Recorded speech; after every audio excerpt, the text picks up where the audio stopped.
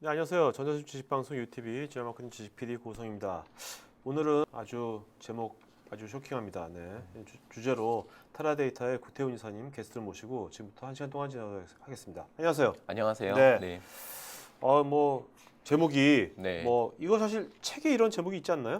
플랫폼 전쟁이라는 네. 책이 네. 있고요. 그것들은 이제 사실은 이제 새로운 비즈니스 모델들이 많은 플랫폼을 어떻게 선택하고 네. 또 플랫폼 위에서 어떻게 구현하느냐들이 언급이 되고 있는 책들도 네. 있습니다. 네. 네.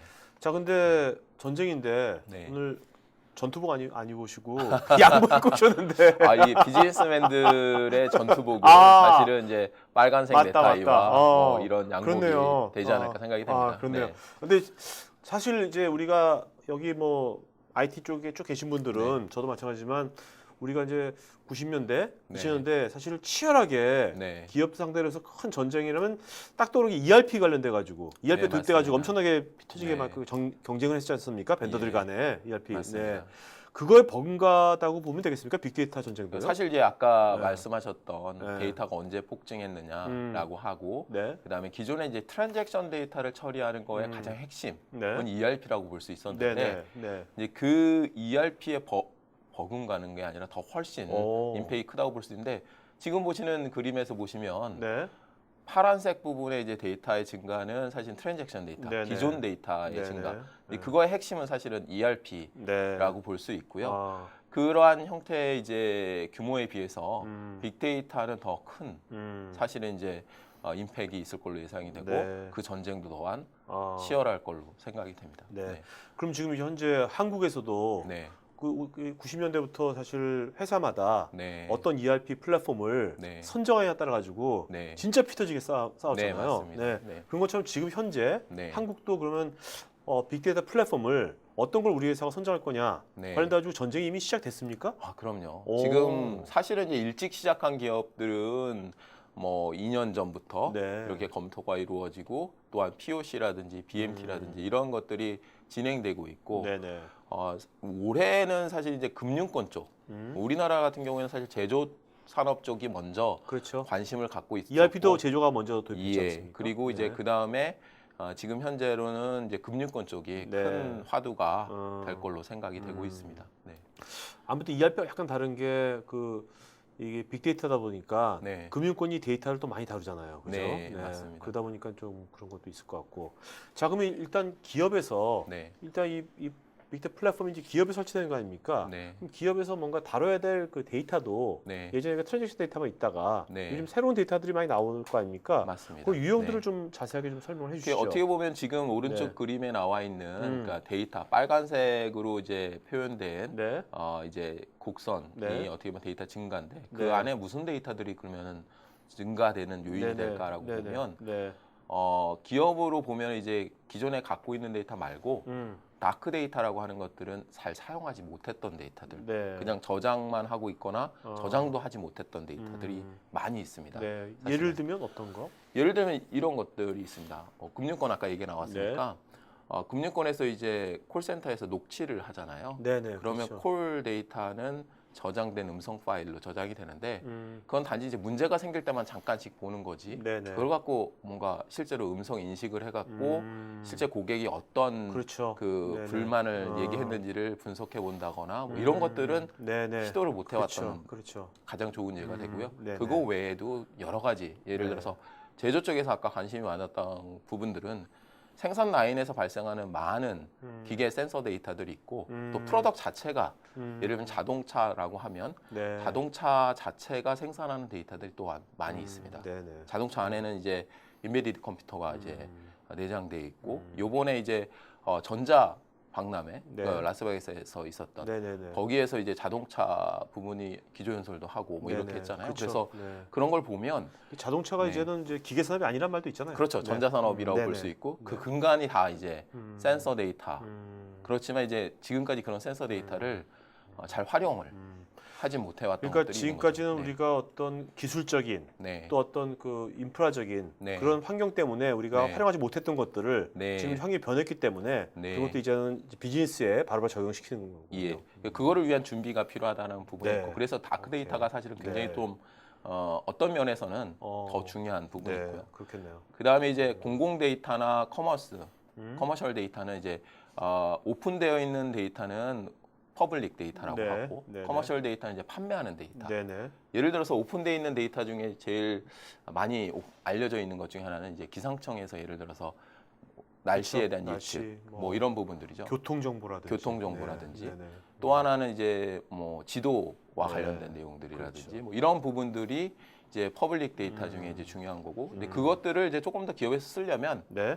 좀 더 해상도가 높거나 그렇죠. 예를 들어서 그런 것들은 사실은 커머셜한 돈을 주고 사야 되는 네네. 데이터 자체를 그래서 이제 커머셜 데이터도 또한 중요하고요. 네. 이건 이제 기업 외부에 있는 데이터죠. 네네네. 그다음에 이제 밖에서 떠들어대는 데이터들이 있어요. 소셜. 그렇죠. 그러니까 일반 그 커스터머들이 상품에 대한 평가를 한다거나 트위터나 페이스북에서 이야기하는 것들이 네네. 또한 중요한 데이터가 될 수 네. 있는 거죠. 네. 지금 말씀 들어보니까 네. 진짜 우리가 일반 ERP에서는 이런 오퍼레이셔널 데이터 네. 요거만 했는데 네. 그죠? 이 네 개 영역, 네. 이 네 개 영역이 정말 요즘 와서 네, 이제 정말 핫하게 이제 떠오르는 영역인 것 같고 맞습니다. 여기 어떻게 보면 비즈니스 기회가 네. 엄청난 기회들이 여기 있겠네요. 맞습니다. 그죠? 그래서 네. 이 빅데이터에 대한 준비 또는 그거를 위한 플랫폼에 대한 준비라고 하는 것들은 미래에 어떻게 될 것인가를 좌우하게 됩니다. 네네네. 특히 기업도 그렇고 음, 정부도 마찬가지로 보고 네네. 또한 정부의 기관들도 음, 그래서 국내에서도 정부에서 많은 이제 플랜들을 가지고 있는 걸로 제가 네. 알고는 있습니다. 네. 자, 그래서 이런 어떻게 보면 지금까지 우리가 다루지 않았던 이런 예. 데이터들을 이제 효과적으로 또 이제 빨리빨리 처리해야 될 거 아닙니까? 네. 그러기 위해서 지금 여기 나와 있는 엄청나게 많은 또 새로운 또 기술들이 네. 나오는 것 같아요. 예를 들어서 데이터다라고 네. 하면 과거에는 파일로 저장하고 네. 또 그거를 이제 데이터베이스라는 시스템을 통해서 네. 기존 데이터들은 처리하고 저장해 왔습니다. 네네. 근데 이제 새로운 형태의 데이터들과 또 그거에 맞는 기술들이 나와 있죠. 네네. 대표적으로 하둡이라든지 그렇죠. 뭐 인메모리라든지 뭐 제이슨 타입이라든지 이런 네. 기술 요소들이 음, 새롭게 부각되고 있는 네. 그런 현실인데 음, 어떻게 우리가 기업이 음. 그 플랫폼을 준비할 것인가라고 하는 것은 어떻게 보면은 그 다음에 이제 보시는 것처럼 네. 기업 입장에서는 네. 베팅을 하는 아, 투자를 하는 네네. 개념입니다. 미래를 위해서. 네네. 그런데 어떤 플랫폼을 선정하느냐라고 음. 하는 것들이 미래를 결정지어질 수 있다라고 하는 거죠. 네. 그래서 이제 플랫폼 전쟁이라고 하는 것은 단지 벤더들만의 전쟁이 아니라 네. 한 기업 또는 정부가 또는 어. 기관이 어떤 미래를 위한 준비를 하느냐 이런 것의 관점으로 이제 플랫폼 전쟁 네. 또는 빅데이터 플랫폼 전쟁 이렇게 이야기할 수 있는 것이죠. 사실 ERP도 우리들 ERP도 그 업종이라든지 네. 규모에 맞게 ERP를 잘 도입한 회사들은 네. 되게 많이 성장했잖아요. 맞습니다. 그걸 네. 잘 못한 데들은 엄청난 네. 시행착오들 성장에도 맞습니다. 큰 데미지를 입었고 예. 유사하게 생각하면 되겠네요. 그렇죠? 예, 맞습니다. 네. 그러니까 어떻게 보면 어떻게 더 클 수도 있어요. 데미지가 그쵸. 나중에 예. 잘못하면. 아까 이제 데이터 크기로만 보더라도 그런 이제 숨겨져 있는 잠재적 가치는 훨씬 크다라고 볼 수가 있고 빅데이터를 잘 다루는 기업과 그렇지 않은 기업들은 네. 경쟁력에서 네. 당연히 차이가 날 수밖에 없는 거죠. 네. 예. 자, 그럼 이런 이제 기업에서 그럼 이런 빅데이터를 도입할 때 네. 되게 많이 이제 여러 가지를 고민할 것 같아요. 네. 그죠? 그 고민할 때 체크 포인트랄까? 그런 거 네. 그것도 이슈랄까? 그런 것들 있으면 좀 도전 과제가 네네. 이게 사실 테라데이터가 30년 동안 많은 기업들에게 데이터와 그 데이터를 가지고 분석을 해서 실행적인 가치를 만들어낸 일들을 해왔습니다. 네. 그런 이제 많은 고객사들로부터 어떤 것이 어려운가라고 하는 것들을 조사를 해보니까 네. 여기 나와 있는 네 가지. 그러니까 첫 번째로는 이제 기존 데이터, 기존 시스템들과 어떻게 통합을 할 것이냐라고 그렇죠. 하는 네. 것이 첫 번째 어려움. 음. 네, 두 번째로는 그 새로운 시스템들을 어떻게 유지 보수를 네. 할 것인가. 네네. 그런데 아까 보셨던 다양한 기술 요소들이 있기 때문에 그런 것들이 이제 어떻게 보면 이제 유지 보수라든지 또 또는 익혀야 이제 되고 또. 익혀야 되는 부분들이 있고요. 또 하나는 이제 조금 더 빨리 가치를 만들어낼 수 있을까? 빅데이터는 지금까지 잘 분석을 안 해왔던 데이터들이잖아요. 네네. 그렇죠. 이제 처음 시작해야 되는데 이것들로부터 어떻게 가치를 빨리 만들어보고 확인해 볼 수 있을까? 네. 그 다음에 그거를 준비하는 사람. 음. 그러니까 전 세계적으로 이제 사람이 또는 조직이 역량이 부족하다. 이런 네. 부분들이 굉장히 많이 이야기가 되고 있습니다. 특히 데이터 사이언티스트가 매우 부족하다. 네. 네, 국내 조사로도 뭐 굉장히 부족하고 따라서 대학이나 이런 데서 이제 그 뭐 과정들이 네. 새롭게 만들어지고 있습니다. 네. 네. 자, 여기 이제 뭐 우리 다들 여기는 시청자분들 다 커리어 있는 분들이잖아요. 네네. 다들 우리가 다 뭐 회사도 중요하지만 네. 우리 자신의 커리어가 제일 중요하지 않습니까? 네, 그죠? 맞습니다. 그러면 ERP가 나왔을 때 예.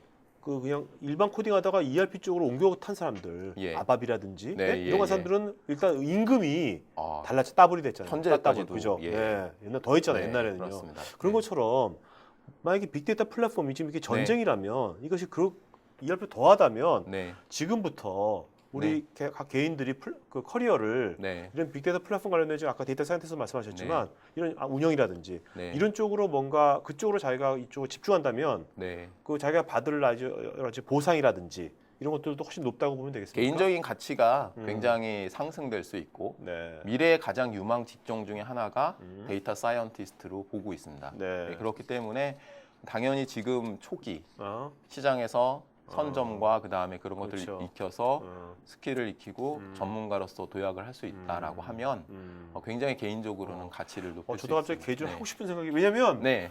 그 90년대 때 잘 아시겠지만 삼성전자에서 처음 ERP, SAP 도입했을 때 네. 그걸 해봤던 사람들이 지금 되게 사회에서 여러 분야에서 지금 예, 맞습니다. 승승가사로 달리고 네. 있거든요. 지금요. 네. 그런 것처럼. 네. 네. 어떻게 보면 이러한 이제 그동안에 데이터 네. 사이언티스트와 비슷한 일들을 했던 분들이 이러한 데이터 사이언티스트로 도약할 수 있는 네. 그런 이제 기반이 되고 그것들은 개인적 가치 또는 더 나아가서는 네.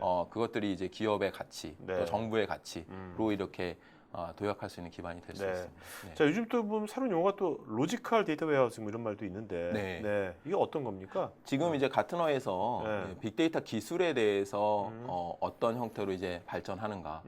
여기 보시면 이제 곡선에서 보면은 중간에 expectation, 그러니까 네네. 기대치가 굉장히 높았다가 네네. 네. 조금 이제 실제로 프랙티컬하게 꺼지는. 쓰려면 네. 좀 꺼졌다가 다시 완만하게 상승하는. 네네. 근데 현재 가장 어? expectation이 높다라고 하는 것들은 로지컬 데이터 웨어하우징. 그거는 어떤 거냐면 네.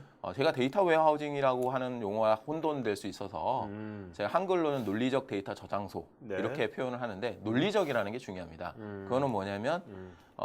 데이터가 실제로는 하나의 플랫폼이 아니라 여러 플랫폼들을 쓸 수밖에 없구나 네.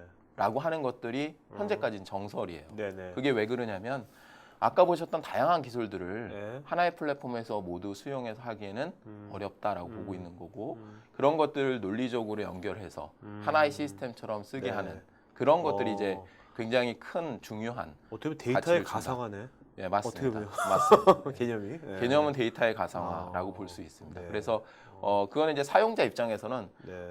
이게 A 플랫폼, B 플랫폼, C 플랫폼인지는 잘 모르지만 네. 그것들이 하나의 플랫폼처럼 느껴지게 어. 사용할 수 있어야 된다라고 하는 거죠. 네. 네. 그것이 가장 중요한 음. 빅데이터의 요소 기술로 네. 보고 있습니다. 네네. 네. 그래서 오늘 얘기 드릴 이 주제는 플랫폼을 준비할 때 이러한 부분이 잘 고려돼야 되고 그거에 경쟁력이 있는 플랫폼을 선택해야 된다고 네네. 하는 게 중요한 메시지입니다. 네. 자, 빅데이터 로드맵 이 로드맵은 네. 테라데이터에서 만든 로드맵입니까? 아니면 아닙니다. 일반 이거는 저희처럼- 일반 그 가트너 리서치에서 네. 만든 화면인데 네네. 만든 그 자료인데 네. 어떻게 보면 현재는 우리나라의 대부분의 기업들은 익스페리멘털 단계, 그러니까 아직 실험적으로 네. 뭔가 요단계네요, 예 요단계. 그런 이제 단계라고 보여지고 네. 실제로 빅데이터 어플리케이션이 등장하게 되는 시점은 이제 그 어떻게 보면 데이터 드리븐 엔터프라이즈로 네. 가는 길이라고 볼 수 있고요. 그 과정상에서 중요한 허들이 네. 로지컬 데이터 웨어하우징을 얼마나 잘 구현하느냐 네. 실제로 네. 그런 부분들이 아주 핵심적인 요소가 될 네. 걸로 보고 있습니다. 자, 지금 빅데이터 애플리케이션이라는 용어를 쓰셨잖아요. 네. 그거 좀 자세히 좀 더 한번 그 개념을 좀 말씀해 주시겠습니까? 뭐 지금 네. 잠깐 말씀드리면 네네. 기존에 이제 빅데이터가 구상되면서 아까 네. 보셨던 2009년도 이후에 많은 네. 데이터가 폭증을 했는데 그 폭증되는 데이터들을 우선에 저장하자라는 게 큰 그렇죠. 화두였고요. 맞아요. 어떻게 저비용으로 저장해서 우리가 언제든 분석할 수 있을까라고 하는 거였는데 애플리케이션이라고 하는 거는 실제로 업무에 내가 하고 있는 일에 도움이 될 수 있는 시스템으로 아까 네. ERP와 같이 네네. 그렇게 이제 도입이 돼야 되는 시점이 곧 올 거고 네. 그런 어플리케이션들이 이제 많이 만들어지고 그렇겠네요. 있습니다. 네, 현재까지는 이제 플랫폼 위에서 그런 어플리케이션들이 만들어지게 될 예정이고 네. 네. 따라서 플랫폼을 어떻게 잘 선정하고 포석을 하느냐가 네네. 매우 중요하다라고 하는 거죠.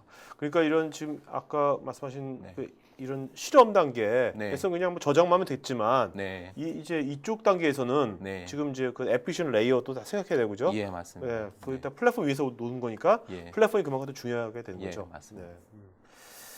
자, 그러면 이제 이런 그 플랫폼을 그럼 잘 선정해야 되겠네요, 그죠? 맞습니다. 네. 네. 선정 기준 같은 거 좀 어떻게 있을까요? 선정 기준은 일단은 이 기업이 무슨 일을 할까 빅데이터를 가지고 네. 그것이 일단 먼저 고민이 돼야 되겠고요. 오케이. 그러한 이제 비즈니스 기회가 네. 찾아지면 제일 먼저 해야 될 일이 그 비즈니스 기회를 실제 실현하기 위해서 어떤 데이터들이 필요할까?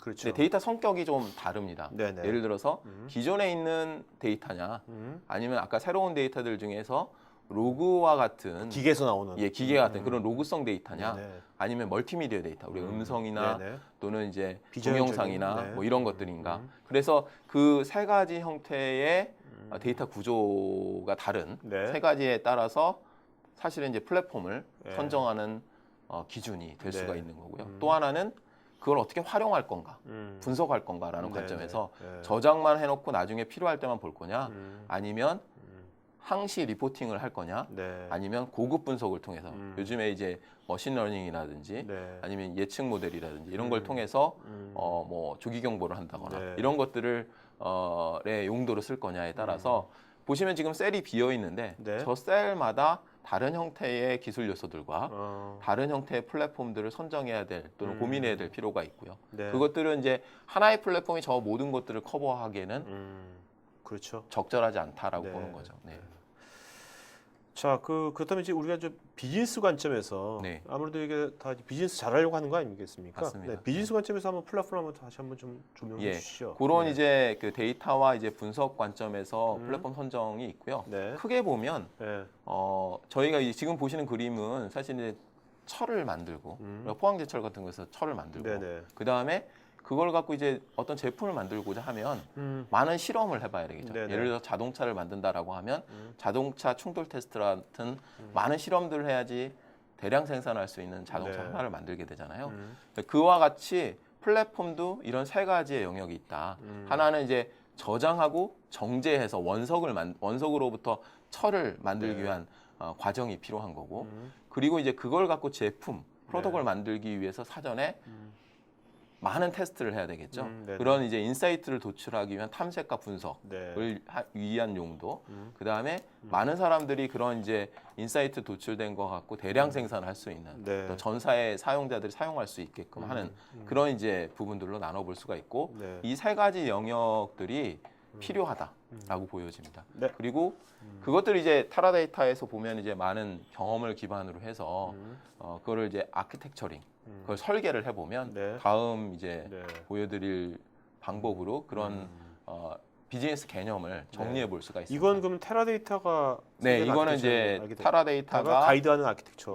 저희가 이제 어떻게 보면은 베스트 브리드, 네. 베스트 브리드라고 하는 것들은 많은 선진 기업들, 얼리 어답터들이 어떤 레퍼런스 아키텍처 되겠네 이게. 예, 그렇습니다. 오케이. 그래서 이 아키텍처를 기반으로 해서 사실은 설계를 하는 것들이 네. 가장 타당하다라고 네네. 보고 있는데 현재 이 바로 이제 플랫폼을 설계한다라기보다는 그런 네. 리퀘어먼트를 정리를 해보면 아까 그 왼쪽에 네. 있는 부분들은 운영 시스템 또는 새로운 데이터 소스들로부터 네. 데이터가 만들어져서 네. 데이터를 저장하는 네네. 데이터 레이크라고 볼 수도 있죠. 네네. 어떤 호수로 이렇게 오케이. 쫙 모이는 네. 그런 이제 부분들이 필요하고 거기에서 이제 데이터를 가공해야 되는 네. 또는 전처리해야 되는 이런 일들까지 이제 할 수 있는 네. 플랫폼의 기능이 필요하다. 아까 얘기 드렸던 이제 자동차를 충돌 실험을 해본다거나 이런 네. 것처럼 네. 디스커버리하고 네. 분석하고 이런 영역, 그 이제 우측 하단에 있는 네, 네. 부분이 필요하고 그 다음에 상단에 있는 실제로 많은 사람들이 사용할 수 있는 보통 이제 데이터 웨어하우징이라고 많이 불렸던 영역이 네네. 그 윗부분입니다. 그러니까 네네. 어떻게 보면 기존의 데이터 웨어하우징은 많은 기업들이 이제 시도를 하고 있는데 정형 데이터, 그렇죠. ERP로부터 그렇죠. 또는 나와 있던 정형 데이터를 기반으로 해서 전사의 싱글 뷰를 만드는 이런 이제 작업들을 했는데 추가적인 데이터들이 들어오면서 데이터 레이크, 또 분석 또는 탐색 네. 플랫폼 이렇게 두 가지 요소들이 더 추가가 되고 이 논리적 그 데이터 저장소라는 개념으로 보면 이 세 가지의 플랫폼 리퀘어먼트들은 하나의 플랫폼인 것처럼 네. 동작할 수 있어야 된다라고 하는 또 하나의 그래서 요즘에 이제 저희 이제 용어로는 패브릭 컴퓨팅 네. 예를 들면 이제 네트워크 환경에서 그 모든 플랫폼들을 하나의 플랫폼처럼 연결하는 네네. 그런 것들이 이제 또한 가장 이 설계상에서 중요한 기술 요소가 됩니다. 네. 자, 이거 이제 그래서 시스템적으로 이제 보면 그 부분을 이제 테라데이터의 입장에서 실제 그런 리퀘어먼트를 구체화를 시켜나가 보면 첫 번째는 이제 시스템 개념으로 보면 데이터 플랫폼, 네. 탐색 플랫폼, 데이터 웨어하우징 네. 이렇게 필요할 거고 그 다음에 이제 그거를 이제 다음 페이지에 보시면 네네. 이제 타라데이터 시스템으로 본다면 타라데이터나 또는 홀트녹스, 하둡 네. 이런 이제 플랫폼을 기반으로 또는 이제 탐색 플랫폼에서는 타라데이터, 에스터 네. 이런 이제 그래서 이제 소프트웨어나 하드웨어적으로 보면 다음 페이지 보시면 이제 하드웨어적으로는 여러 이제 대안들이 이미 존재를 하는 거고요. 네네. 이러한 부분들이 이제 소프트웨어적으로는 뭐 하둡, 그 다음에 테라데이터 에스터 데이터베이스, 네. 그 다음에 타라 데이터베이스 그렇게 소프트웨어적인 구성으로 네. 고려를 해야 된다라고 볼 수 있는 네. 거죠. 자, 오늘 이 중에서 네. 이걸 다 오늘 다 얘기하지 않을 거 아닙니까? 네. 이 중에서 어떤 거를 중점적으로 오늘 이제 오늘 말씀드릴 내용은 사실 이제 탐색 플랫폼에 네. 대해서 오늘 좀 집중적으로 좀 이야기를 하려고 오케이. 합니다. 왜 그러냐면 이제 네. 탐색 플랫폼이 네. 새로운 가치를 만들 수 있느냐라고 하는 부분에 있어서 이야기를 하려고 하고 네. 고전에 이 세 가지 플랫폼의 특징을 먼저 네. 알아보고 차별화, 네. 우리 타라데이터가 제공하는 차별화가 무엇일까에 대해서 말씀을 좀 드리고자 합니다. 네네. 물론 이 플랫폼이 하나의 플랫폼으로 언젠가는 이제 통합이 될 수도 있지 않을까라는 퀘스천도 있지만 현재 그 성능상 차이를 갖고 있습니다. 네네. 지금 보시는 바와 같이 그러니까 하드만을 도입한다고 모든 빅데이터가 해결될 것이냐라고 보고 있지 않는 네네. 거죠. 그 이유는 네. 가장 쉽게는 동시 사용자에 대한 그러니까 많은 비즈니스 사용자들 쓸 수 있느냐 또는 분석가들이 쓸 수 있느냐 많은 네. 분석가들이 그런 관점도 있고요. 또는 이제 유연성 측면 네. 또는 성능 측면 이런 네. 것들을 고려해 본다면 세 가지의 플랫폼이 별도로 필요한데 하나의 플랫폼처럼 이게 동작이 돼야 된다라고 보고 있는 거죠. 네. 그래서 이제 차별화 포인트로 보면은 테라데이터는 사실 30년 동안 기업의 데이터를 다루고 또 분석의 가치를 만들어내 왔는데 네. 이제 그 저희만의 이제 차별화된 포인트가 있죠. 그 기술 요소로 보면 지금 SQLH, 네. 뭐 패브릭 아까 컴퓨팅 뭐 이런 것들이 이제 기술 요소들이 네. 중요한 기술 요소들이 될 수 네. 있습니다. 자, 뭐 네. 여기서 뭐 다 얘기할 수는 없고요. 네. 중요한 기술 요소 SQLH라는 건 오늘 처음 듣는데 저는. 네. 네. 이거 한번 어떤 건지 한번 그 말씀해 주시죠. SQLH는 네. 사실 이제 그 하둡은 네. 전문 엔지니어들이 이제 주로 그렇죠. 사용할 수 있는. 네. 근데 이제 많은 비즈니스 분석가들은 SQL 기반의 또는 음. BI 툴 기반의 네. 그러니까 이미 익숙해져 있는 거죠. 음. 이제 그런 기반에서 하둡의 데이터를 바로 억세스할 수 있게끔 지금 그림에서 보시는 것처럼 실제로는 타라데이터에 억세스를 하는 것처럼 보이지만 그게 하둡까지 네. 다 컨트롤할 수 있게끔 하는 기능으로 네. 사실은 이제 저희가 이제 타라데이터와 홀트녹스가 네. 공동으로 R&D를 해서 만든 독자적인 기술입니다. 네네. 물론 하둡의 H 카탈로그라고 하는 이제 메타데이터를 근간으로 해서 데이터베이스에서 SQL로 하둡과 네. 있는 파일을 연동해서 분석하고 기존에 있는 BI 툴들을 가지고 우리가 사용할 수 있게끔 네. 하는 것이죠. 그래서 기술적으로는 다음 페이지에 보시면 네. 이 빅데이터를 다루려고 하니까 빅이니까 이걸 나누어서 처리하는 게 사실은 기본적으로 맵 리듀스라든지 네네. 또는 하둡이 갖고 있는 사상입니다. 물론 이제 타라데이터, 데이터 웨어하우징이나 아까 타라데이터 에스터도 네. 이런 패러렐을 가장 기술적인 요소로 중요하게 그 반영이 되어 있는 기술적 요소인데 SQLH는 이런 병렬 처리의 단위 네. 들을 그대로 그 이용해서 즉 그 말씀 뭐냐면 하드배 병렬 처리 최소 단위와 그 타라 데이터의 최소 단위들을 연결시켜서 네. 이 SQLH를 통해서 고성능으로 그렇지만 데이터는 실제로 하드배 두고 네네. 그 다음에 타라 데이터에서 또는 타라 데이터 에스터에서 음. 그 하드배 데이터들을 액세스할 수 있는 기술이 네. 되겠습니다. 네. 자, 이렇게 병렬 처리하는 것을 네, 실제 예전에 그냥 이런 거 잘 모르고 네. 기존 BI 툴만 썼던 사람들도 네. 이런 걸 바로 할 수 있는 겁니까? 아, 그렇죠. 아. 이것들은 이제 지금 기술 요소이고 네. 실제 비즈니스 사용자나 일반 사용자들은 네. 하드웨어 데이터가 있는지 테라 데이터가 있는지 모르는 거죠.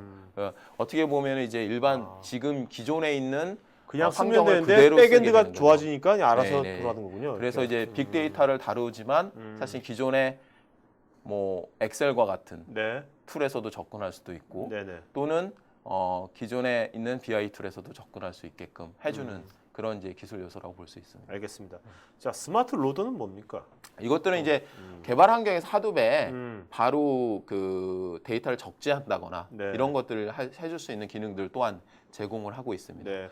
적재하는 게 예전에 뭐 불편한 게 있었나요? 어떤 그런 것들은 이제 적재 툴을 네. 보통 별도로 쓴다거나 이렇게 해야 되는데 음. 이제 타라 데이터의 개발 환경에서 네. 하드배 데이터들을 메타데이터에 접근해서 그대로 적재한다거나 이런 것들이 가능하게 된 거고요. 네. 그 부분들은 이제 개발에 있어서 빅데이터 어플리케이션을 만들고자 할 때 그러한 부분들을 이제 쉽게 그렇겠네요. 해줄 수 있는 네. 기술 요소라고 볼 수 있습니다. 네.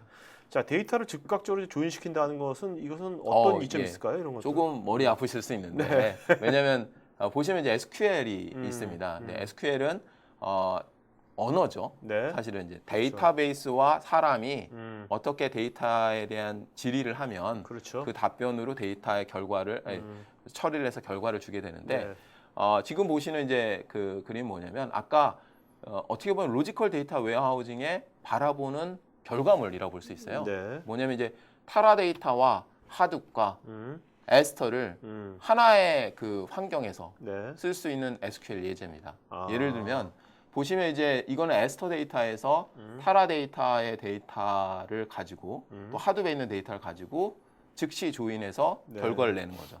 어떻게 보면 사용자 입장에서는 플랫폼이 세 개가 있지만 음. 그것들 하나의 플랫폼, 아. 로지컬하게 하나의 원 시스템으로 사용할 수 있게끔 해주는 네네. 거고 이것은 기존에 있는 BI 툴에서 즉시 사용할 수 있는 그런 이제 방법으로 제공이 되는 것입니다. 네.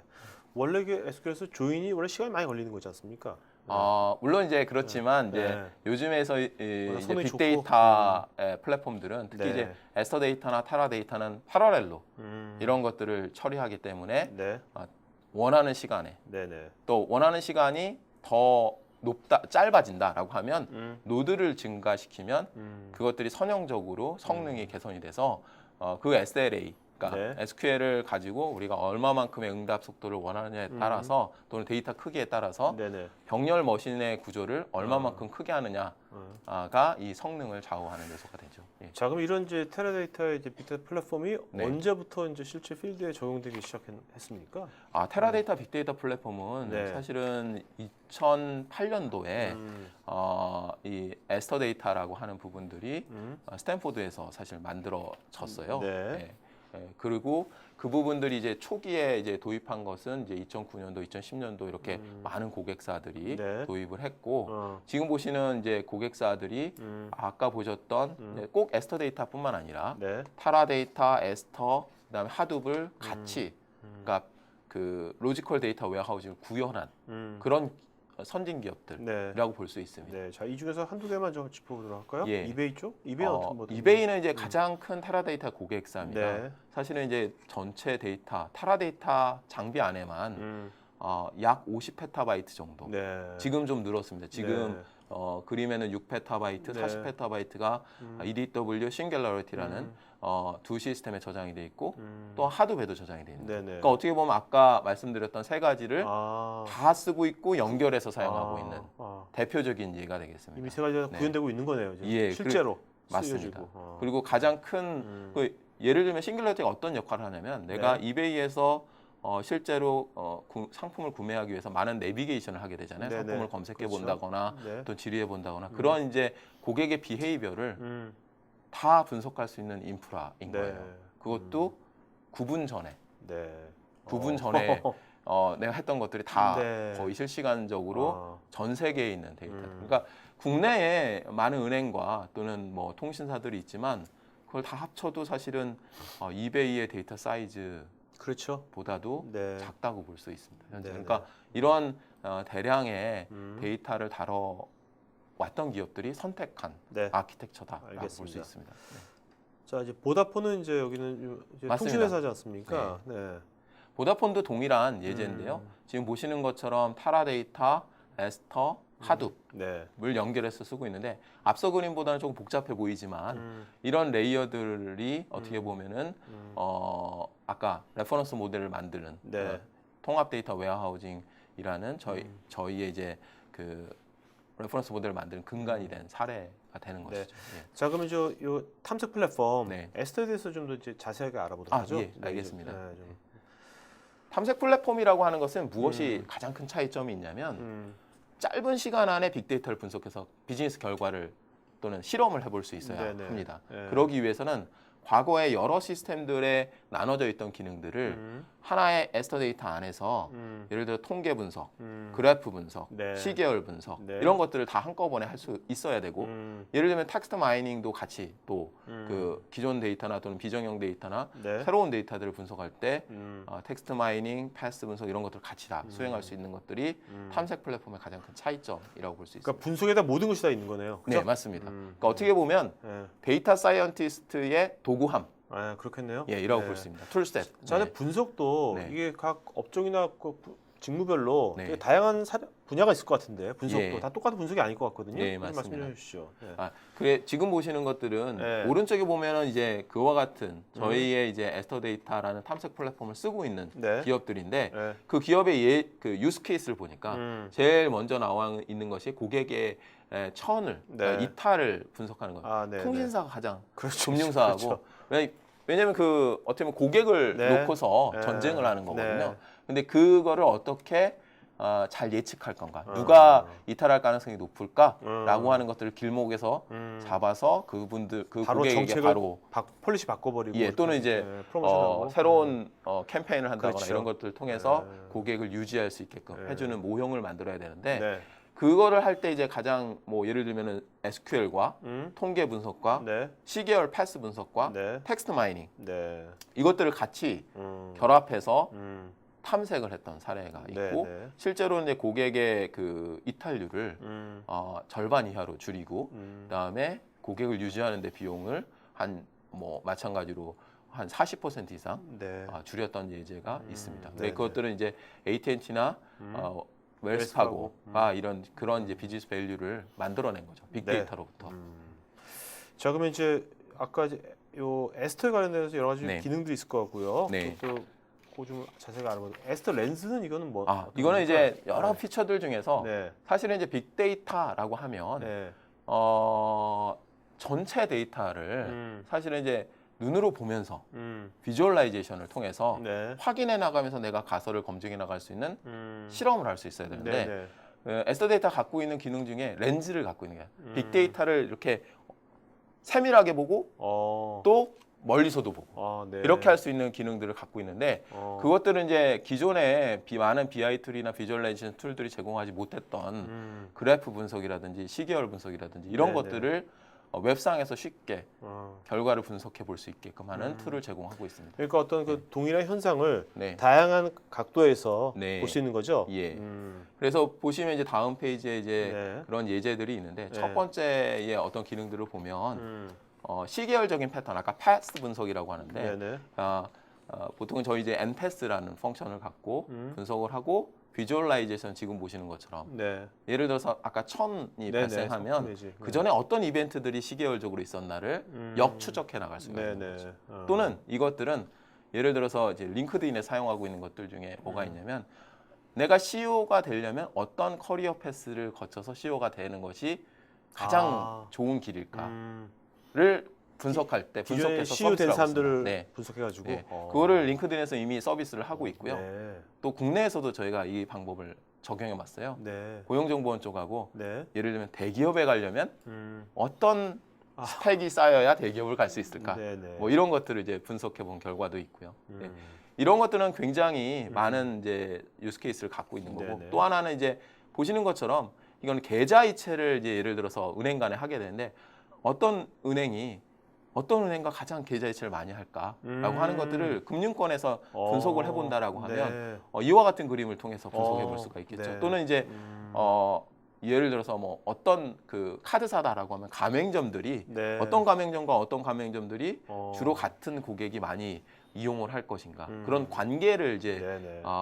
비교 분석할 때 이런 이제 비주얼라이제이션 툴들이 에스터 렌즈 안에서 네. 동작이 된다면 우리가 모래사장에서 반지 하나 찾으려면 힘들잖아요. 네네. 근데 그런 것들을 이제 빅데이터라는 이제 레이크에서 그런 것들을 찾게 해줄 수 있는 도구라고 네. 볼 수 있습니다. 어떻게 보면 뭐 거의 뭐 인간이 네, 신의 경지라면 좀 뭐하지만 네, 옛날에 인간이 할 수 없었던 그죠? 네 맞습니다. 그런 관점을 보여주는 거네요. 그것들을 이제 아. 다양한 각도로 그렇죠. 분석해 볼 수 있고 또 그것들을 이제 숫자가 아니라 이런 이제 뭐 백문이 불여일견이라고 실제로 네네. 데이터의 분포나 이런 것들을 보면서 내가 네.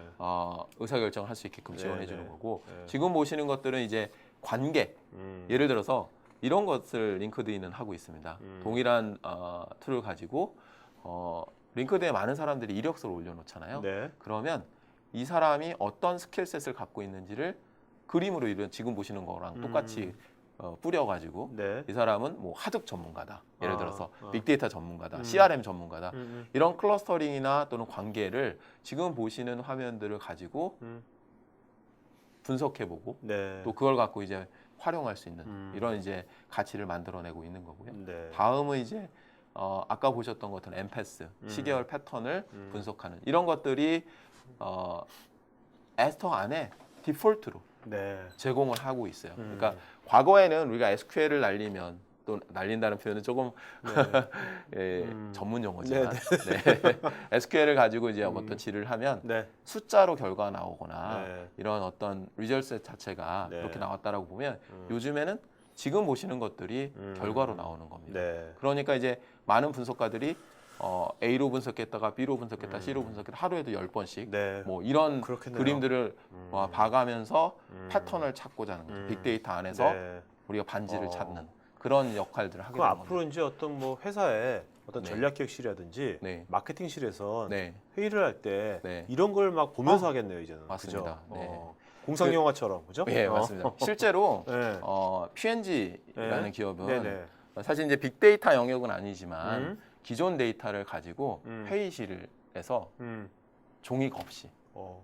저희가 그런 이제 데이터를 가지고 회의를 하는 네. 그런 것들을 이제 아. 비즈니스 콕핏 네. 뭐 이렇게 이제 만들어졌는데 어. 그 안에 이제 추가적으로 이제 이런 어떻게 보면 향후에는 지금 아직까지 이제 실험 단계지만 네네. 그런 빅데이터 어플리케이션들이 조금 더 많아지면 네. 그러한 빅데이터도 그런 이제 가지고 회의를 하고 네. 또 의사결정을 할 수 있겠죠. 네. 네. 자 에스터가 버전 6면 네. 꽤 오래전에 또 있었던 맞습니다. 거네요. 네. 네. 이미 2008년도 아까 음. 하둡이 나온 시점이 2006년도인데 네.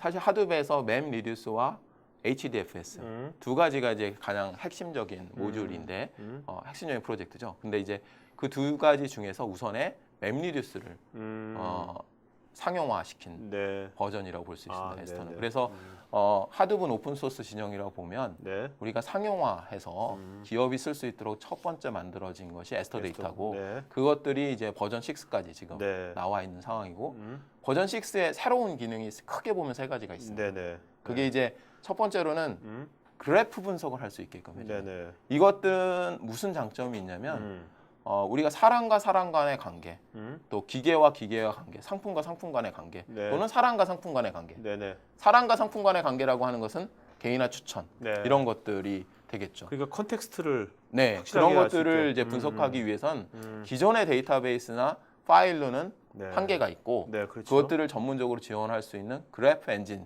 아. 들어있어야 되고 그것들이 분석 관점으로 개발되어 있는 네. 그런 이제 내용들이 제공이 되고 있습니다. 네. 그래서 이 기능이 어떻게 보면은 굉장히 의미가 있는 그렇죠. 그 비즈니스적으로는 과거에 할 수 없었던 일들을 할 수 있게끔 해주는 것이 되겠죠. 그러니까 어떤 뭐 사람이건 기계가 물건이건 간에 그 객체의 그 엔터테인먼트 볼 게 아니라 네, 그 관계를 객체와 봐야 관계에 되는 거죠. 있는 네. 모든 것들을 네. 사람이건 기계건 네. 그런 것들을 이렇게 그래프로 네. 항상 갖고 있다면 네. 분석할 때 엄청나게 차이가 나겠죠. 예, 맞습니다. 특히 뭐 예를 들자면 네. 국세청 같은 경우에서 뭐 세금 포탈을 어떻게 돈이 흐름이 어떻게 가는가 네네. 이런 것들을 분석할 때도 당연히 이런 그렇겠네요. 그래프 분석을 갖고 해야 되는 거고 어. 상품과 또 사람을 연결시켜주는 개인화 상품 추천. 네. 특히 올해 금융권에서 가장 큰 화두가 음. 빅데이터를 가지고 개인화 실시간 상품 추천을 할 수 있을까라고 하는 것이 하나의 큰 과제 중에 하나입니다. 네네. 네, 그런 것들을 할 때 이러한 그래프 분석 부분들이 음. 굉장한 그 파괴력을 갖고 네. 기업들에게 제공할 수가 있는 여기 거죠. 상당히 뜨거운 감자네요. 네, 맞습니다. 개인하면서 또 프라이버시하고도 맞물려 있고 네. 여러 가지로 뜨거운 감자일 것 같아요. 네. 이 부분이. 뭐 기술- 빅데이터의 기술에서. 어떻게 보면 챌린지 중에 하나라고 볼 수 있는데 음. 개인화라고 하는 부분의 다른 면을 본다면 그렇죠. 그런 이제 개인 정보에 대한 네네. 어떻게 보면은 이제 도전이 네네. 있을 수 있죠. 그렇죠. 네. 그 다음에 이제 또 하나의 이제 새로운 특징 중에 하나는 그 이제 기존의 하둡과 같은 파일 시스템도 에스터가 이제 지원을 하게 된 겁니다. 네. 이게 과거에는 하둡과 에스터를 연결하고 쌍방향으로 연결하는 것들이 네네. 가능했다라고 보면 음. 지금은 에스터 안에 하둡 자체가 하드 파일 시스템 자체가 들어있는 거죠. 그러니까 아. 에스터는 데이터베이스로 출발을 했는데 네. 그러니까 데이터베이스로 저장하는 방식과 파일로 저장하는 방식 두 가지를 모두 제공하고 있습니다. 네네네. 네. 그것들은 이제 비정형 데이터를 분석함에 있어서 굉장히 용이하겠죠. 아까 음성이라든지 그렇죠. 네. 또는 이제 동영상이라든지 이런 것들 이제 분석할 때 굉장히 용이한 구조. 또 기존의 하드 파일이나 하드 데이터 구조로 저장돼 있던 것들이 100% 호환되기 때문에 네네. 기존의 하드 기반의 기술, 예를 들어서 플럼이라든지 스톰이라든지 하드 기반의 기술들을 그대로 적용할 수 있다라는 장점을 또한 갖고 있습니다. 네. 그것들을 이제 총 좀 직결해서 한 장의 그림으로 보면 데이터 저장은 데이터베이스의 로우나 칼럼 단위로 네. 또는 파일로 네네. 지원이 될 수 있고요. 중간에 있는 스냅 프레임워크는 이제 그 리소스를 관리해주는 네네. 예, 이런 이제 소프트웨어 리소스 위에 보시는 이제 SQL을 사용할지 패스 분석을 할지 통계 분석을 네네. 할지 이런 부분들을 이제 원활히 지원하기 위한 리소스 관리 부분에 이제 스냅 프레임워크 이렇게 네. 이제 제공이 되고 있는 거고요. 네. 많은 이제 사용자들은 이제 가장 위에 있는 레이어를 가지고 분석을 하게 되는 거죠. 네.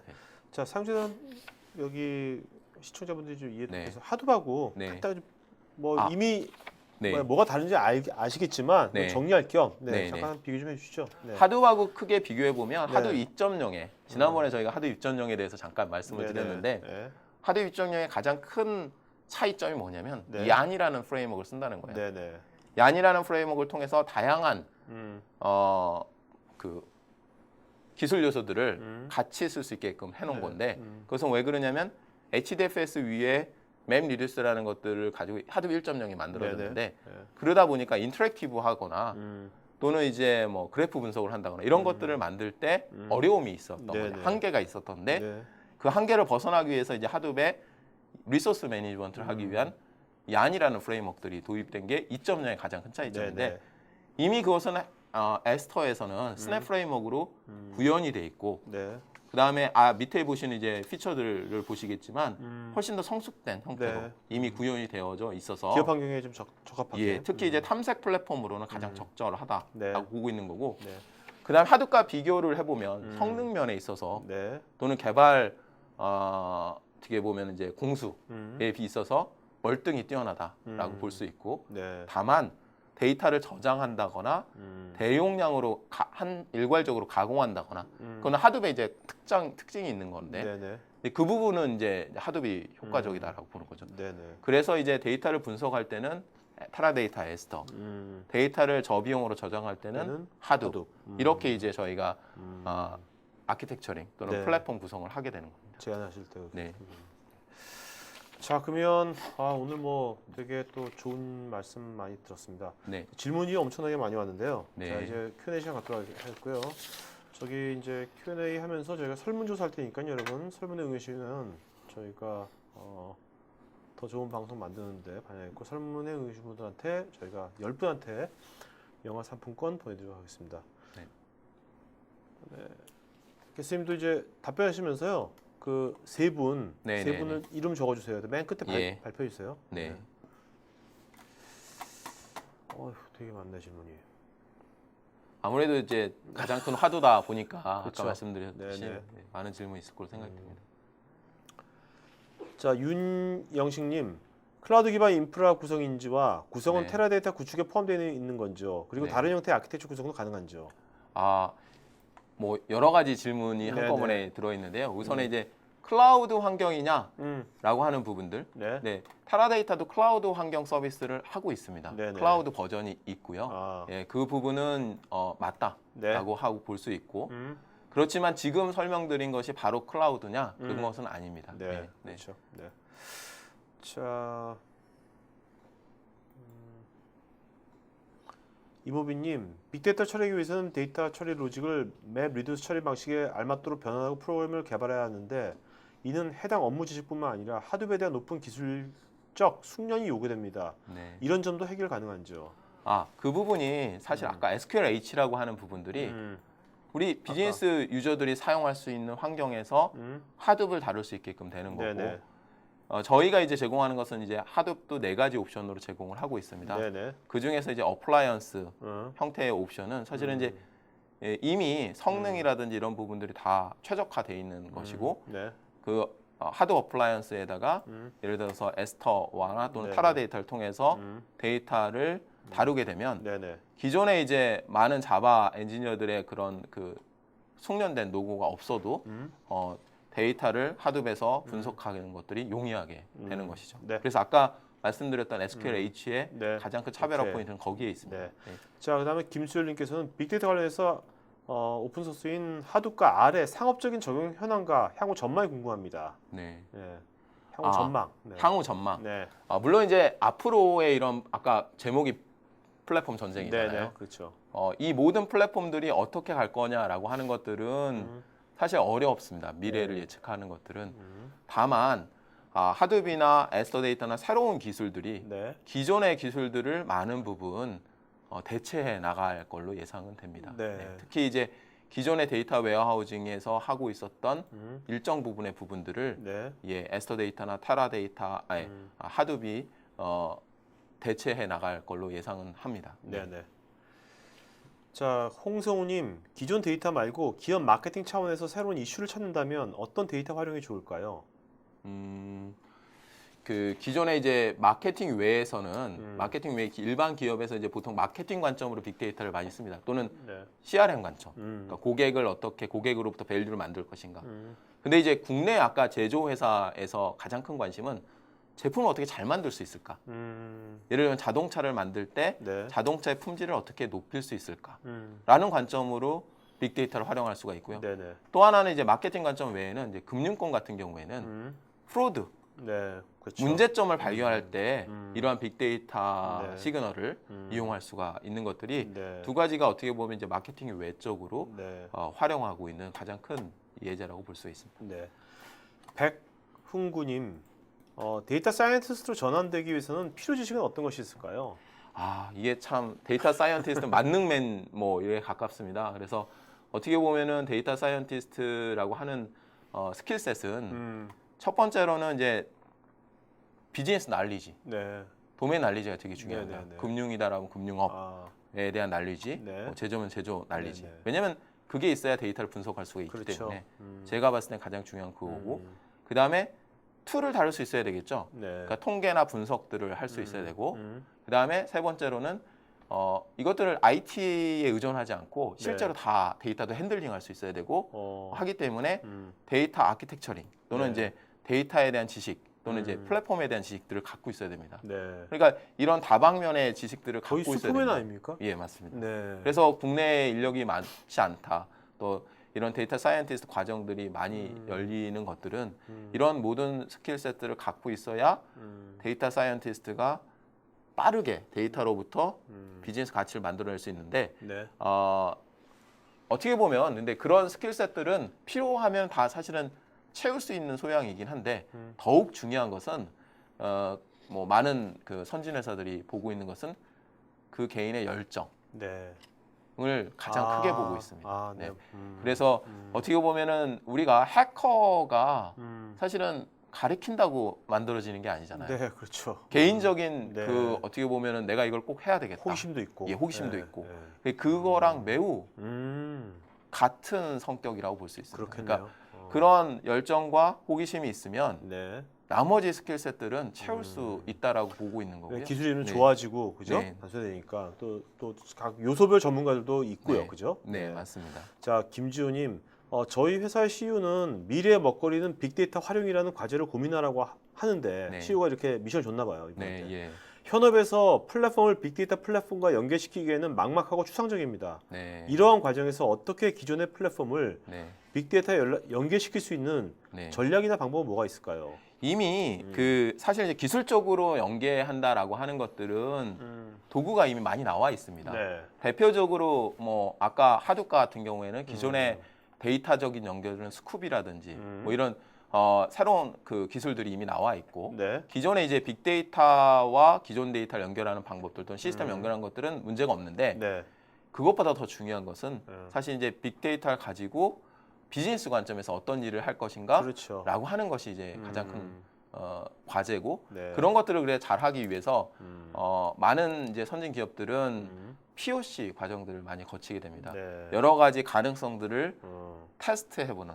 그래서 POC 또는 POV, 네. 그러니까 그거는 이제 Proof of Value라고 해서 빅데이터를 가지고 가치를 만들어낼 수 있는가라고 하는 과정들을 거쳐서 사실 이제 플랫폼을 구축하게 되는 그런 것들은 이제 어떻게 보면 이제 도구라기보다는 네. 그 데이터, 빅데이터를 갖고 어디에 쓰고 어떤 가치를 만들까라고 네. 하는 측면이 굉장히 중요하고 그것들 좀 쉽게 우리가 타진해 볼 수 있는 것들은 선진 기업들이 해왔던 유스 케이스들을 확인해 나가는 것들. 그 유스 네. 케이스가 갖고 있는 뒷면에는 어떤 데이터를 썼고 어떤 플랫폼을 썼는지까지가 네. 이제 보여지거든요. 그렇겠네요. 그렇기 네. 때문에 이제 우리 국내 기업이 빅데이터 이런 이제 과제들을 준비함에 있어서는 제일 먼저 볼 것은 선진 기업의 유스 케이스가 네. 어떻게 네. 동종 업종에 있는가를 네, 살펴보는 것들이 네. 가장 도움이 됩니다. 그렇겠네요.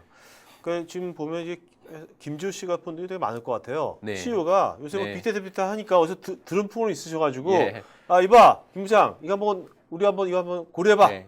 한번 알려줘봐. 이렇게 하면 네. 난감하거든요. 네. 근데 이럴 때 이분이 뭐 그 빅데이터 플랫폼 기술적인 요소에 다 공부할 거 없이 네. 말씀하신 비즈니스적인 것만 먼저 네. 거기 우선시하고 나머지 부분은 뭐 이사님 같이 전문가를 불러가지고 네. 기술적인 분야를 같이 논의하면 그래서 굉장히 현명할 것 같긴 뭐 한데. 사실은 이제 타라데이터는 현재 선진 기업들과 빅데이터에 많은 유스 케이스를 갖고 있어요. 산업별로. 네. 네. 금융, 통신, 네. 뭐 제조 네. 모든 산업의 유스 케이스들을 갖고 있어서 네. 사실은 이제 그런 것들이 필요하다라고 하면 우선에 선진 기업들이 어떻게 빅데이터를 갖고 활용하고 있는지를 네. 검토해보고 네. 그걸 기반으로 우리 기업에 맞는가를 네. 타당성을 보면서 네.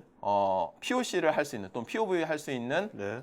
유스 케이스들을 후보군을 먼저 이제 도출해내는 과정들이 필요한 거고요. 네. 그것이 도출되면 이제 그거를 이제 실제로 구현할 수 있는 그렇죠. 시스템을 갖고 테스트를 POC나 네. POV를 해보겠죠. 자, 구이사님 이메일 어드레스 좀 불러주시겠어요? 저는 이제 그 영문 이름이 로빈입니다. 네. 그래서 로빈. ROBIN, 네. 예, 그 다음에 K 닷하고, 점, 그다음에 제 KO. 성인 KO. KO. 예, 골뱅이 이렇게 테라데이터닷컴 맞죠? 예, 맞습니다. 네. 자, 여러분 제가 지금 그 구이사님 그 이메일 어드레스 로빈.쿠 다 보내드렸으니까요. 오늘 질문 말고요. 더 네. 구체적인 나중에 직원이나 요청 같은 거는 이메일 하시기 바랍니다.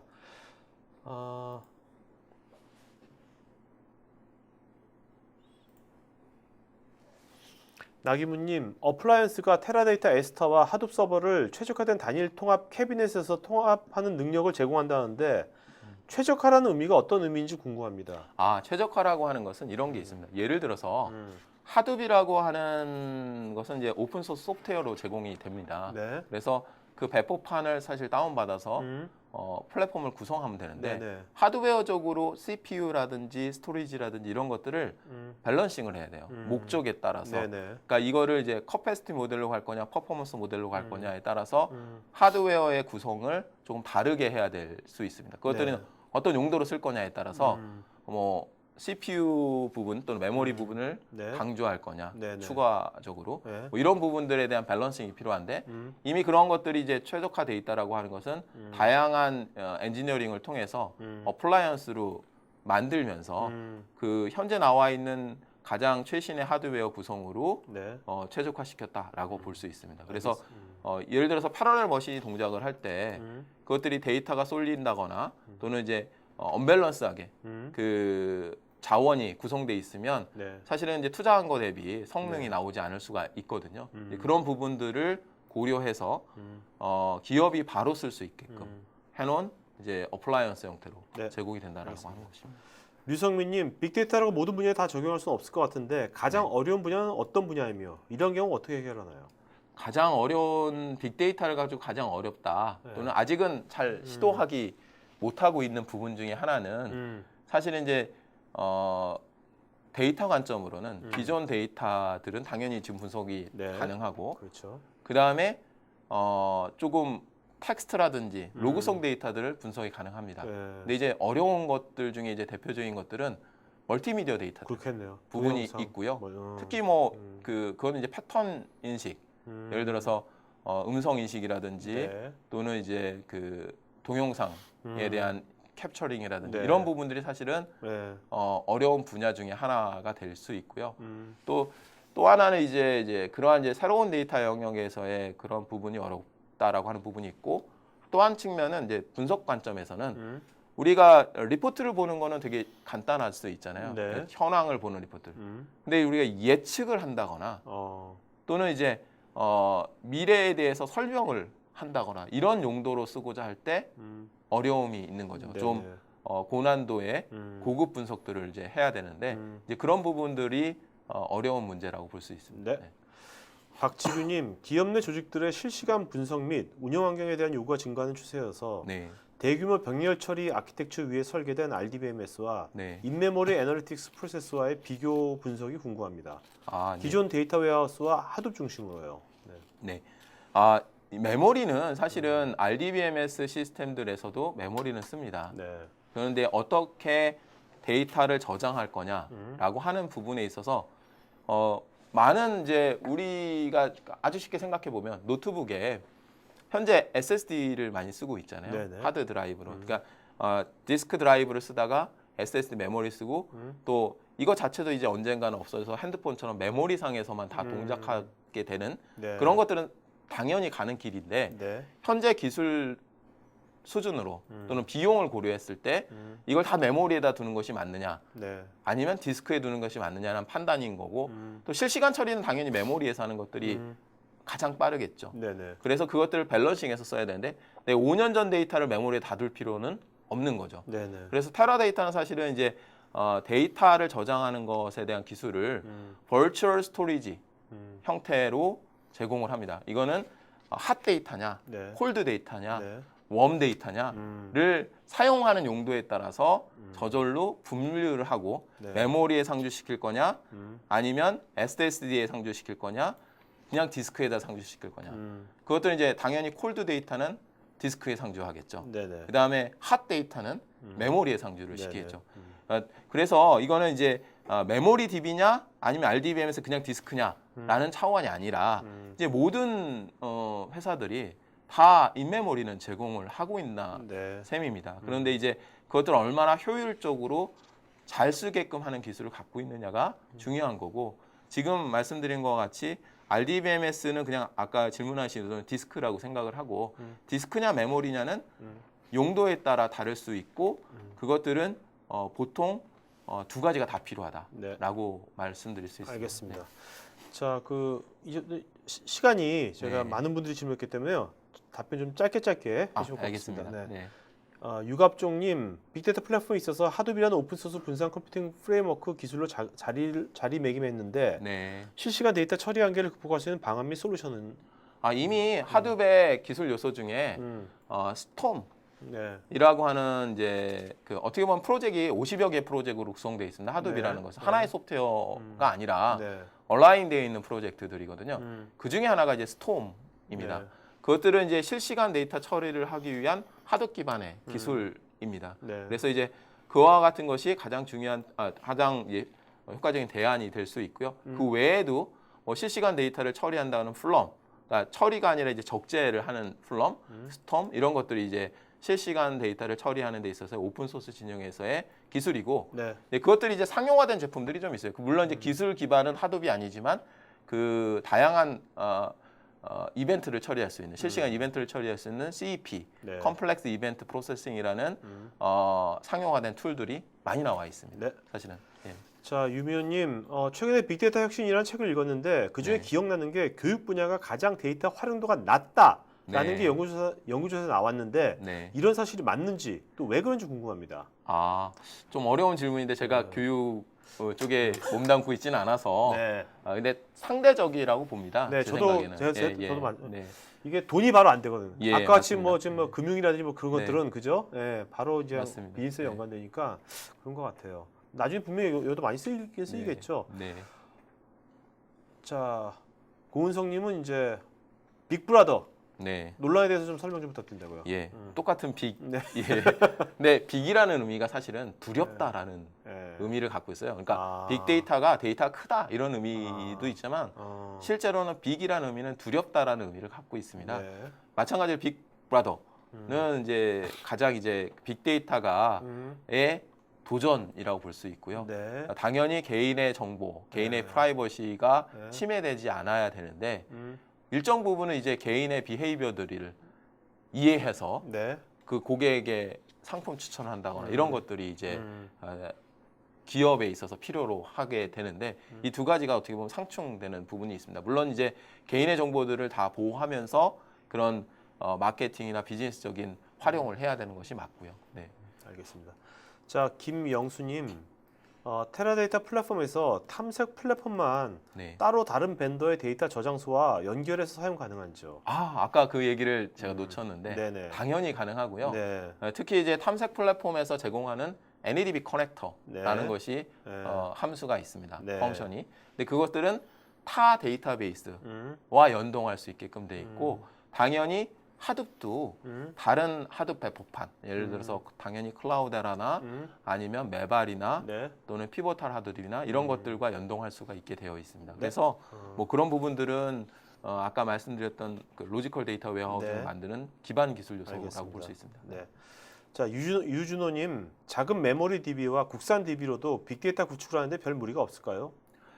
어떻게 보면 데이터 사이즈가 빅데이터의 전체 요소는 아닙니다. 네. 데이터가 크다라고 네. 하는 것은 물론 이제 큰 데이터들이 있지만 네. 적은 데이터를 갖고 사실은 복잡한 분석을 할 수도 있는 거죠. 그래서 그것은 어떤 용도로 쓰느냐에 따라서 뭐 국산 데이터베이스를 쓴다, 뭐 아니다 이런 것들은 네. 판단의 기준은 아닐 거라고 봅니다. 그러니까 사용할 수 있는 문제가 있을 거라고 당연히 생각이 됩니다. 네. 한성희님, 에스터 빅 애널리틱스라는 솔루션이 있다고 알고 있는데 네. 이것의 특장점 간단히 설명 부탁드립니다. 아까 이제 탐색 플랫폼으로 설명드린 제품 이름이 네. 정확하게 네. 말씀해 주셨는데 가장 큰 특장점이라고 볼 수 있는 것은 아까 말씀드린 내용 중에서 SQL 맵리듀스. 그거는 이제 하둡에서 맵리듀스가 있잖아요. 네. 그것들은 이제 데이터를 병렬 처리하기 위한 프레임워크인데 그거를 SQL과 같이 쓸 수 있는 거예요. 네네. 예를 들어서 그리고 SQL 상에서 함수로서 펑션들을 미리 만들어 놓은 것들이 80여 개의 통계 네. 또는 이제 텍스트 마이닝 등의 함수들이 제공이 되고 있습니다. 따라서 이거를 개발할 필요가 없겠죠. 네네. 그것이 가장 큰 차별화 포인트가 될 수 있습니다. 알겠습니다. 김문영님, 테라데이터의 로지컬 데이터 웨어하우스를 구축하는 경우 기존 트랜잭션 기반의 데이터나 네. 시스템의 변경이 필요한 건지요? 기존의 트랜잭션 데이터 시스템들은 변경이 아니라 그런 이제 기존에 있는 시스템들로부터 데이터를 받아오는 그런 네. 역할을 하는 것이라 기존의 시스템들과 당연히 온라인이 될 수 있는 거고요. 네. 안무정님, 테라데이터 사례 중에 상품 개발, 교육, 국방, 항공, 조선, 네. 의료 등이 있는지요? 예, 그리고 물론 테라데이터는 네. 소셜 네트워크 애널리시스 솔루션을 지원하는지요? 예, 모두 다 지원하고 네. 사례가 있습니다. 대표적으로 국방이라고 하면 네. 우리 여기 모든 사람들 아파치 헬기 잘 아시죠? 네네. 아파치 헬기에 부품이 언제 고장 날까 네. 예측을 아파치 헬기의 센서 데이터를 갖고 하는 예지가 있습니다. 네. 또 미 해군 같은 경우에 사이버 침해, 그러니까 어떻게 보면은 사이버 공격을 받았을 때 네. 그것들을 추적하고 분석하는 그런 용도로도 활용을 하고 있고요. 네. 의료의 경우에 있어서는 저희가 이제 그 수술을 어떻게 잘못한 경우가 없는지 뭐 이런 것들을 사실 진료 내역 거기에는 이제 텍스트로 되어 있는 네. 수기로 작성한 것들이 있죠. 그런 것들을 OCR 분석을 통해서 텍스트화 시키고 그것들을 이제 분석을 하는 텍스트 마이닝을 해서 분석을 하는. 그래서 마지막 질문하셨던 당연히 그 텍스트 분석이 되고 네. 최근에는 이제 국내 그러니까 한국어 네. 부분도 저희가 이제 보완을 해서 한국어에 대한 이제 그 국어에 대한 그 우리 그 한글에 대한 네네. 텍스트 처리도 가능합니다. 네. 자, 정재훈님, 빅데이터 플랫폼과 분석 툴을 모두 가지고 있는 구글이 다양한 서비스 모듈을 개발하여 런칭시키고 이를 통해 수집된 성공 데이터를 바탕으로 네. 상용 빅데이터 플랫폼을 준비하고 있다고 하는데요. 네. 이런 플랫폼과 비교해서 테라데이터의 플랫폼이 가지는 네. 경쟁력이나 특장점이 있다면 어떤 것일까요? 가장 큰 경쟁력은 검증됐다. 왜냐하면 기업 이제 내에서. 기업 내에서 그러니까 네. 전 세계에서 가장 큰 데이터를 분석하고 있는 네. 기업들이 모두 네. 테라데이터를 이용하고 있습니다. 이베이 같은. 예, 네. 이베이 같은 회사들 특히 이제 저희가 페타클럽의 네.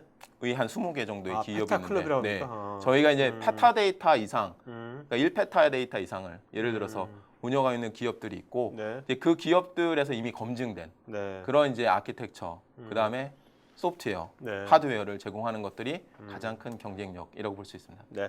자, 정계수님께서는 테라데이터의 디스커버리 플랫폼은 모든 기능, 저장과 분석까지를 통합한 걸로 알고 있는데 그중 네. 분석 플랫폼에 중점을 두고 있는 것 같습니다. 네. 그 기구축된 빅데이터 플랫폼에서 테라데이터 에스터만 교체하여도 효율성을 확보할 수 있는지요? 아, 또 예. 상기와 같은 적용된 사이트가 있는지요? 네.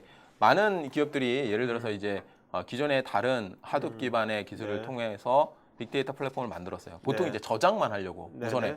저장만 하려는 목적은 아니었겠죠. 근데 이제 실제로 분석을 하려니까 더 어려운 거예요.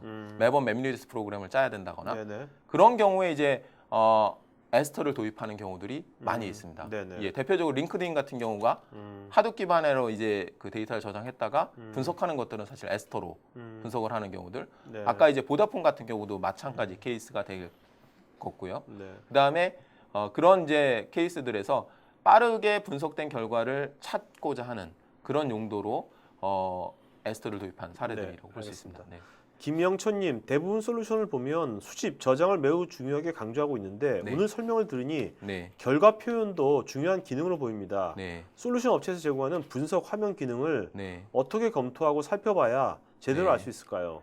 우선에는 데이터 사이언티스트들이 시범적으로 써보면 무엇이 가장 분석할 때 좋은 툴인가를 네.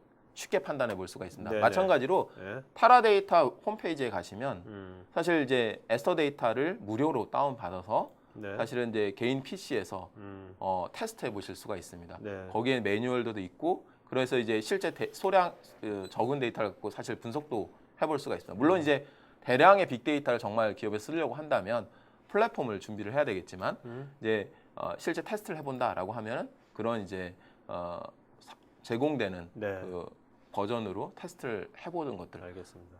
가장 좋은 판단 기준이 될 수 있습니다. 네. 주명국님, 테라데이터는 비즈니스 애널리틱스와 연계는 어떻게 되는지요? 분석 테마와 분석 인사이트를 네. 비즈니스 성공 케이스로 연결된 사례가 있는지요? 특히 제조업에서. 네, 제조업에서 가장 성공적인 사례라고 볼 수 있는 것은 저기에 있습니다. 볼보 케이스. 네. 볼보에서 얼리 워닝 시스템이라는 걸 만들었어요. 네. 그러니까 차가 생산되면 그 자동차 안에서 문제가 있는 부품이 나중에 리콜이나 이런 것들이 발생할 수가 있잖아요. 네네. 그래서 이제 그런 이제 부분들이 발생하지 않도록 미리미리 감지하는 거죠. 그 예측하는 그런 용도로 사용했던 것이 가장 대표적인 사례가 되겠고 네. 영국의 이코노미스트에서 2010년도에 네. 베스트 사례로 사실은 이제 설명이 됐던 사례가 있습니다. 네. 네. 자, 고창무님, 아무리 많은 데이터를 분석해서 최종적인 아웃풋 이미지로 도출되는 것은 네. 최고 경영자가 인사이트를 가지고 의사결정에 도움이 되도록 네. 직관적이면서도 심플한 형태로 보여줘야 할 것 같은데 네. 그러기 위한 기술적인, 인문학적인 노력이 진행되고 있는지요?